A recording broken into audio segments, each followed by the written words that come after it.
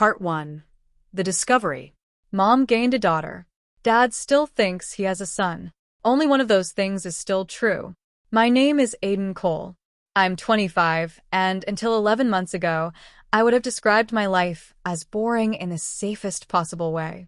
Same coffee order every morning. Same route to the office. Same girlfriend, Sophie, for 3 years running, sharing a 2-bedroom rental with a broken dishwasher we never got around to fixing. Nobody who knew me, not my coworkers, not my college friends, not even my own mother, knew about the room I kept locked inside myself. A room where, since I was maybe 14, I'd quietly wondered what it would feel like to be soft instead of sharp, to be looked at instead of overlooked. I never told a soul. I barely let myself think it in full sentences. Then one night Sophie was scrolling through old photos on her phone, laughing at something, and she glanced up at me and said, almost as an afterthought, "You've got such a delicate jaw for a guy, you know that? You'd probably make a really convincing girl." She went back to her phone like she hadn't just detonated something in my chest. I laughed it off, made a joke, changed the subject. But that sentence followed me to bed, followed me into the shower the next morning, followed me through an entire 8-hour shift at work where I answered emails on autopilot while a single thought looped endlessly. What if she's right? That night, after Sophie fell asleep, I found myself standing in front of her closet. I want to tell you I hesitated for a long time. I didn't. My hand found a burgundy slip dress almost immediately, like it had been waiting for me. The fabric slid over my head like water, and when I looked in the mirror, something in my chest that had been clenched shut for a decade finally, quietly, let go. I told myself it was a one-time thing. It was not a one-time thing. Part 2. The Pattern. Over the following weeks, whenever Sophie worked her evening shifts at the clinic, I'd let myself back into that closet. First just trying things on.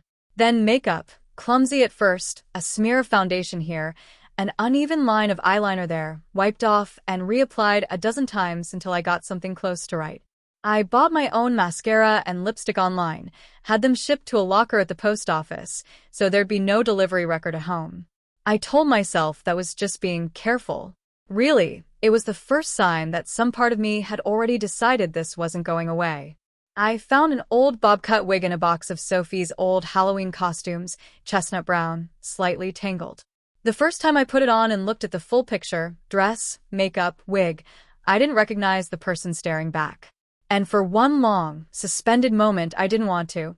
That moment always ended the same way. Keys in the door, panic, a mad scramble to erase every trace before Sophie walked in. Wig stuffed under the bed. Face scrubbed raw with makeup wipes. Dress hung back exactly where I found it, sleeve facing the same direction, because I'd learned the hard way that Sophie noticed things like that. I got good at hiding it. I thought I was anyway. Part 3. The Unraveling. It happened on a Thursday. I remember because Thursdays were supposed to be safe. Sophie's longest shift, home by 9 at the earliest. I had the whole apartment and I used it. Full face, full outfit, the works. I lost track of time in front of the mirror, in a way I never let myself do. The sound of her key in the lock hit me like a gunshot. "Aiden? You home?" I don't remember deciding to move. One second I was sitting at the vanity, the next I was tearing the wig off, shoving it under the bed frame, scrubbing at my face with the nearest towel hard enough to leave my skin pink and raw. I yanked the dress off, so fast I heard a seam pop. By the time the bedroom door opened, I was standing there in a t-shirt and boxers, breathing like I'd run a mile, hoping it read as tired instead of guilty. It did not read as tired. Sophie stood in the doorway for a long second, eyes narrowing the way they do when she's doing math in her head. "Why are you all flushed?" "Just got out of the shower," I said. A shower I hadn't taken. She didn't answer right away. She stepped further into the room instead, scanning the bed, the floor, the vanity, and I watched her gaze snag on something I'd missed. A single fake eyelash, stuck to the pillowcase. She picked it up between 2 fingers and held it up without a word. My mind went completely, catastrophically blank. "That's probably yours," I managed.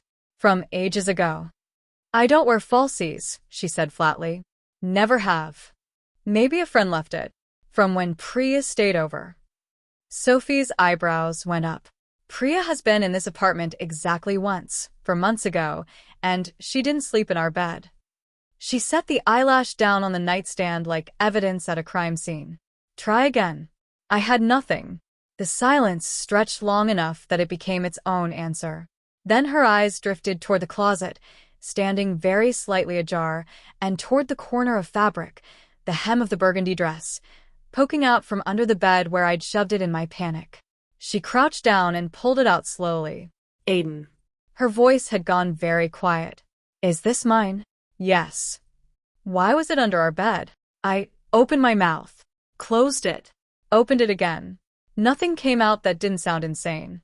Sophie stood up, holding the dress against herself like she was trying to understand it. Then she looked at me, really looked, taking in my flushed face, my slightly smudged eyeliner I'd missed on my left eye, the faint shimmer of highlighter still catching the light on my cheekbones, and I watched the exact moment it clicked into place for her. Oh my God, she said softly. You were wearing this. Soft. You were wearing my makeup, my wig, my clothes. She wasn't yelling. Somehow that was worse. How long, Aiden? I stared at the floor. How long? 8 months, I whispered. She sat down heavily on the edge of the bed, the dress still bunched in her hands, and for a long, brutal minute, she didn't say anything at all. I stood there and let her process, because I owed her at least that much silence. Finally, she looked up. Why didn't you tell me? Because I didn't understand it myself. Because I thought you'd leave. My voice cracked on the last word. Because I was ashamed. Something in her face shifted then, not anger exactly, or not only anger. Something more like hurt braided together with a strange, careful curiosity. Do you like it? She asked. Not the sneaking around. The rest of it. Do you actually like how it feels? I couldn't lie to her anymore. I'd run out of road. Yes, I admitted. More than I know how to explain. Sophie was quiet for a long time, turning the dress over in her hands. Then she said the words that changed everything. Okay. Then we're not doing this the sneaking around way anymore. Part 4. The deal. I should have felt relief. Instead, dread pooled in my stomach, because there was something new in Sophie's expression, something focused, something almost strategic, that hadn't been there 30 seconds earlier. What does that mean? I asked. It means, she said, standing up and crossing to the closet, if you've been doing this behind my back for 8 months, hiding it, lying about it every single time I almost caught you, then clearly this isn't a whim. This is something real. So we stop pretending it's not. She pulled out a storage bin from the top shelf I didn't even know we owned. Inside, dresses I didn't recognize, tags still attached. A makeup case, brand new. A pair of heels in what looked suspiciously like my size. My stomach dropped somewhere around my knees. You bought this stuff? When? About 6 weeks ago, she said, not quite meeting my eyes. I found lipstick residue on a coffee mug and did the math. I wasn't sure what I was going to do with it. Wasn't sure if I'd ever bring it up. She held up a soft gray wig, cut in a longer style than the one I'd been borrowing. Guess we don't have to wonder anymore. Sophie, I don't think. No more hiding, she said, cutting me off, gentle but absolutely immovable. No more locker at the post office. No more scrubbing your face raw every time you hear my key in the door. If this is who you are, even part-time, even just at home, we're doing it out in the open. Starting now. She sat me down at the vanity before I could argue further, and there was something different about the way she did my makeup this time. Not the rushed, secretive strokes I was used to giving myself. Slow. Deliberate. Like she was mapping out a version of me she intended to get to know properly. There, she said when she finished, turning me toward the mirror. Better? I stared at the reflection. Cheekbones sharpened with contour, lips a deep rose, lashes she'd applied herself with a steadiness my shaking hands never managed. I didn't have the word. It's you, Sophie said simply. One version of you, anyway. The one you've been hiding since you were 14, probably. She held up a fitted emerald dress next, waiting. I took it from her hands. This time, there was no under-the-bed hiding spot waiting for it afterward. Part 5. Going public. What Sophie meant by no more hiding became clear over the following weeks, and it terrified me more than the secrecy ever had. The first Saturday, she insisted really in that calm, immovable way she has, that I get fully ready and we simply stay in for a dinner she cooked, nothing more. Just existing in the apartment, dressed, no rush to change back the second we heard a car in the driveway. It should have felt like nothing. It felt like the bravest thing I'd ever done. The second week, she took photos. I panicked the first time I saw her phone come up. Delete those. Relax. They're just for us. She showed me the screen, an actual good photo, not the humiliating candid I'd braced for. You look incredible, Aiden. I want proof this happened, not blackmail material. I believed her. Mostly. By the third week, she'd started using a different name for the version of me in the dress. Not to erase Aiden, she was careful to say, but because it felt strange calling a woman in a sundress by a boy's name. We landed on Aria, half borrowed from Aiden, half something new. The first time she used it out loud.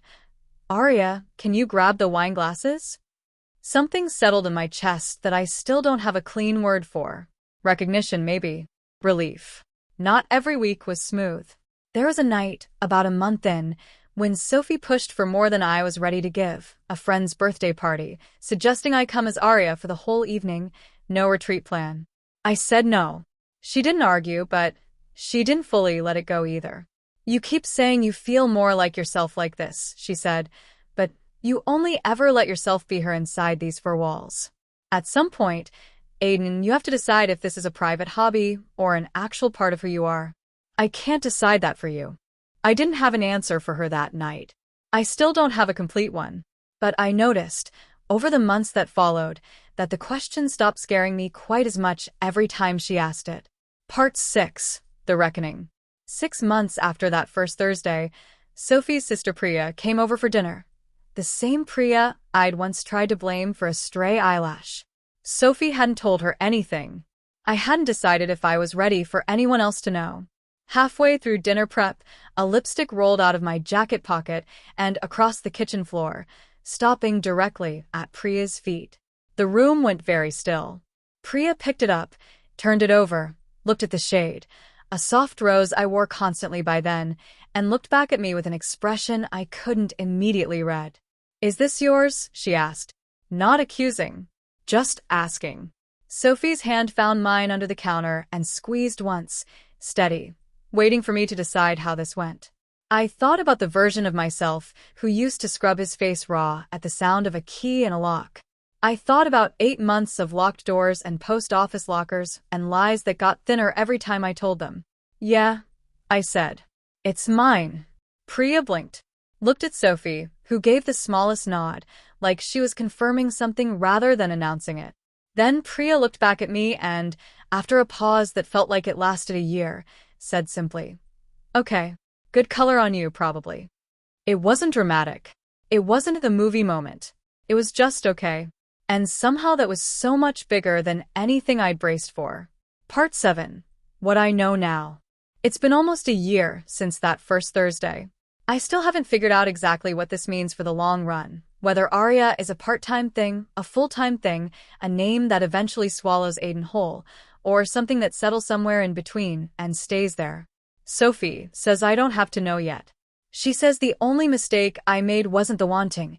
It was the hiding, the 8 months of lying to someone who, it turned out, was ready to hand me a storage bin full of dresses the second I told her the truth.